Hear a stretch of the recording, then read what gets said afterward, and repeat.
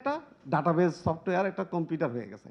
নির্বাচন উপলক্ষে বিভিন্ন দল যখন তাদের ইশতেহারে দিচ্ছেন নতুন বাংলাদেশ গড়ার প্রতিশ্রুতি, তখন ব্যবসা পরিচালনায় বিদ্যমান সংকট নিরসনে কার্যকর পদক্ষেপ নেয়ার দাবি তোলার পরামর্শ দিচ্ছেন বিশেষজ্ঞরাও।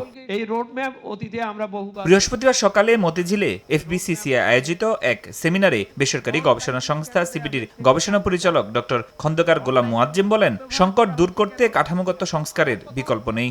আমরা যেন একটা নতুন বেঞ্চমার্ক সেট করি, নতুন গভর্নমেন্টের জন্য একটা নতুন বেঞ্চমার্ক সেট করি আমাদের এই বিজনেসের জন্য।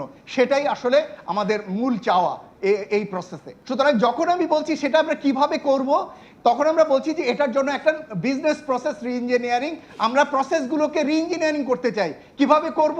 আমাদের এটা দরকার হচ্ছে, আমাদের এটা রিভ্যালু করব, আমরা এটা রিডিজাইন করব, এবং এটার করে আমরা কস্ট কমাবো, কোয়ালিটি ইমপ্রুভ করব, সার্ভিস ডেলিভারি করব এবং স্পিড আপ করব।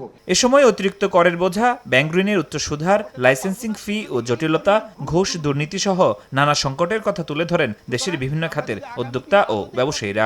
এসএমই খাতে সবথেকে বেশি ঋণের সুদের হার, এবং সেখানে এই 14-15% বাইরে হিডেন চার্জ অনেকগুলো আছে। হাই ট্যারিফ দিকে চলে যাচ্ছি।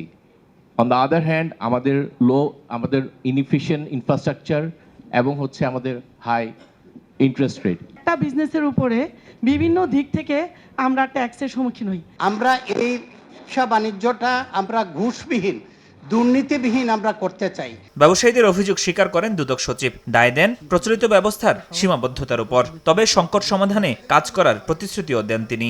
আমরা এটা স্বীকার করি, সবসময় স্বীকার করি যে আমাদের পদ্ধতির কিছু লিমিটেশন আছে। আমলাতান্ত্রিক জটিলতা হিসেবে আমরা হয়তো সেটাকে বলি, মানে শেষ পর্যন্ত দেখা যায় সেটা বজ্র আটুনি ফসকা গেরুর মতো ওই অনেক টাইটের ভিতর দিয়েও এইসব বের হয়ে যায়। তো এগুলো সহজীকরণের বিষয় তো রয়েছেই। বিশেষ করে বন্ড লাইসেন্সের কথা বলেছেন, তারপরে কাঁচামালের উপরে শূন্য ট্যাক্স, এগুলো যদি না থাকে, তারপরে যে নাম চেঞ্জ করা, ট্রেড লাইসেন্সের নাম চেঞ্জ করা, এরকম অনেকগুলো বিষয় আছে। এই বিষয়গুলো আমরা যদি আমরা ভেবে দেখতে পারি যারা সংশ্লিষ্ট সংস্থা আছেন। সেমিনারে ব্যবসা পরিচালনায় সব পক্ষ থেকে ন্যায্য আচরণের আহ্বান জানান এফবিসিসিআই প্রশাসক। ফরহাদুর রহমান, সময় সংবাদ, ঢাকা। ডিজিটাল একটা সিস্টেমে যেতে হবে, সেটা ঠিক।